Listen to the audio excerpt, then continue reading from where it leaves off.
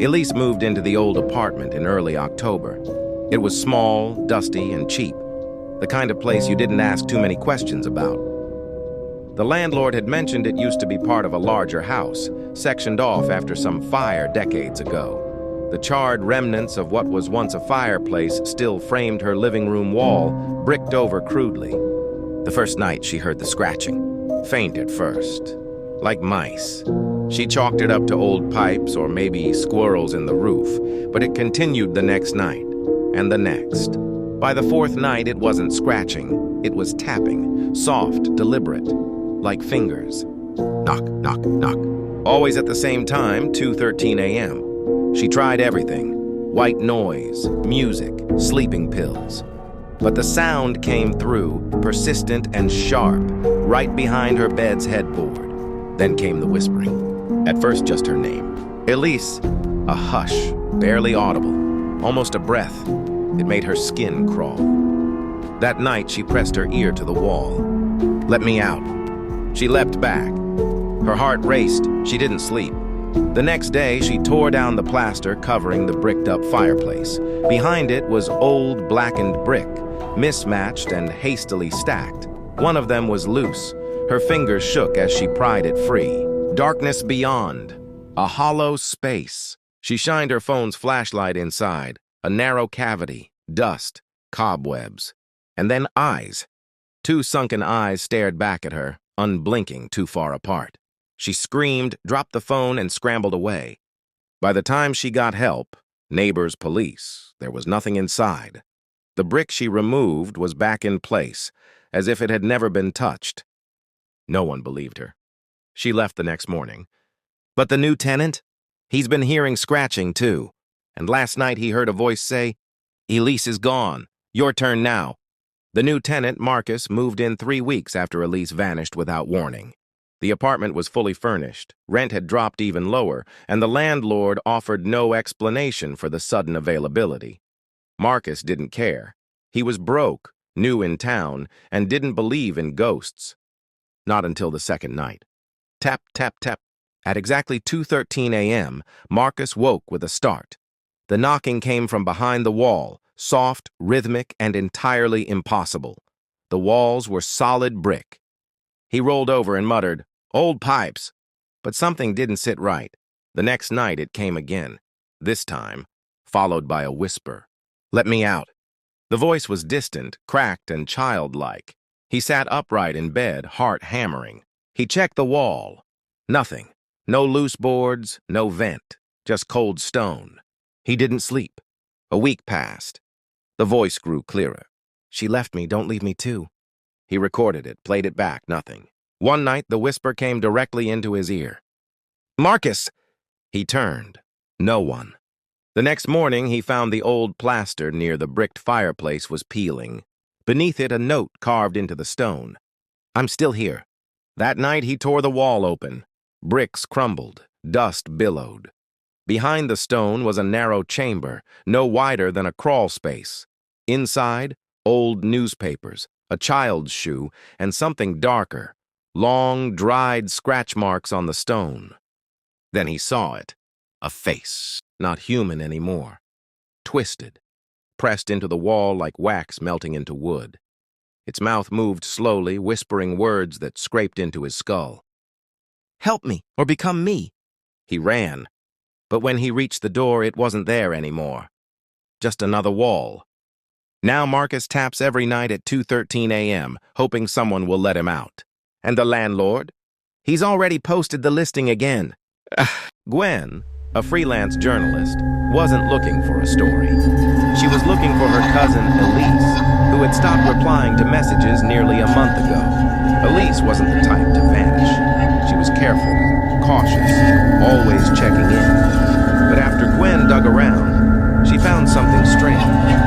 Elise had signed a lease in a town Gwen had never heard of, Meriton, a speck on the map tucked in the Welsh hills. The apartment complex didn't even have a name, just a crumbling row of houses along a foggy hillside. Elise's old unit, already re-rented. The landlord, a too-thin man with a stiff smile and spotless hands, answered the door when Gwen knocked. "Flat 3. 3? He said. Yes, someone's in there now. You just missed her, unfortunately. Gwen frowned. Her? Elise? No, the one who came after her. Marcus, was it? Her stomach dropped. What happened to Elise? The landlord blinked. Didn't she tell you? She broke the lease. People do that. Some places aren't for everyone. Something in his tone made her skin crawl. But Gwen was good at smiling through discomfort. She thanked him, turned to leave, then noticed his office door slightly ajar. Inside was a ledger, handwritten, worn with age. She waited until he left the room to grab coffee, slipped inside, opened it. Names, dozens of them, dates, all matched to flat 3. Each tenant had only stayed a few weeks. Most were marked in red ink. Vacated, unconfirmed. One page was half torn, but Gwen could still read it. Elise M. Left wall open, entry possible again. Must seal soon, risk of doubling. Marcus, not viable. Mimic active. Containment weakening. And below that, a phrase repeated in shaky handwriting. It must stay behind the wall. It must stay behind the wall. Gwen fled the office. But that night, in her hotel room, she found something in her coat pocket she hadn't put there. A single red thread. And at 2:13 a.m., someone knocked on the bathroom mirror from the other side. Gwen, Elise! Gwen didn't leave Meriton. She tried, packed, gassed up her car, turned the key. Nothing. The roads out were flooded, though the sky was clear. She returned to the town library, the only place with functioning internet. But every search for Elise, Marcus, or Flat 3 came back with a flickering error. The librarian, a pale man with 2 smooth hands, stared too long at her and said nothing. Something was holding her here. That night, Gwen returned to the apartment. She wasn't sure why, only that something inside her kept whispering. Find the hollow room. She broke in. The door creaked open to darkness. Inside, dust hung in the air like smoke. The bricked fireplace was unsealed again, a fresh hole torn into the wall, black and gaping. She stepped closer.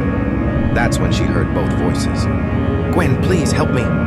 Gwen, don't listen to her. 2 voices, both Elise. Then a third. You'll let me out too, won't you? Marcus. Their faces flickered just behind the brickwork, trapped in that narrow hollow. Their eyes wide, mouths moving too fast. Like they weren't speaking, they were echoing. Behind them, something else. Not a person. A thing made of shadows and folded limbs. Its form bent in ways the human eye shouldn't perceive. It shifted like smoke behind glass, wearing pieces of them. Elise's hair, Marcus's grin, Gwen's own eyes. She stumbled back, but the room bent around her. The walls rippled, the air crackled. Something inside the bricks was pulsing, alive. Suddenly, the ledger appeared on the floor. Open to the first page. 1923. Subject 0 breached containment. Lives mimicked 3. Occupied vessel Martha Calder. Result sealed. More entries follow. Every few years a new name, a new face, a new mimic. If you see yourself in the wall, you've already been replaced. Gwen screamed, spun toward the mirror by the fireplace. Her reflection was smiling, but she wasn't. She ran to smash it, but it moved before she did. It doesn't need to escape, the reflection said, lips curling. It just needs you to believe it's real. The truth crashed down like a flood. The wall didn't trap the entity. It was a gate. The mimic lived in reflections, in voices, in memories. Once someone interacted long enough, heard it, believed in it, pitied it, it didn't have to break through. They let it in, one by one. It was never Elise behind the wall, never Marcus, just the mimic learning them. It knew Gwen now, and she had listened. The lights flickered. Her reflection reached out through the mirror and took her hand. Epilogue. The apartment in Meriton is quiet again. For now, the landlord, thin and silent, replaces the brick, reseals the ledger, posts the listing online. Flat 3, newly renovated, available immediately. And somewhere behind the wall, Gwen's voice begins to whisper, "Help me. It's not too late." But it is. It always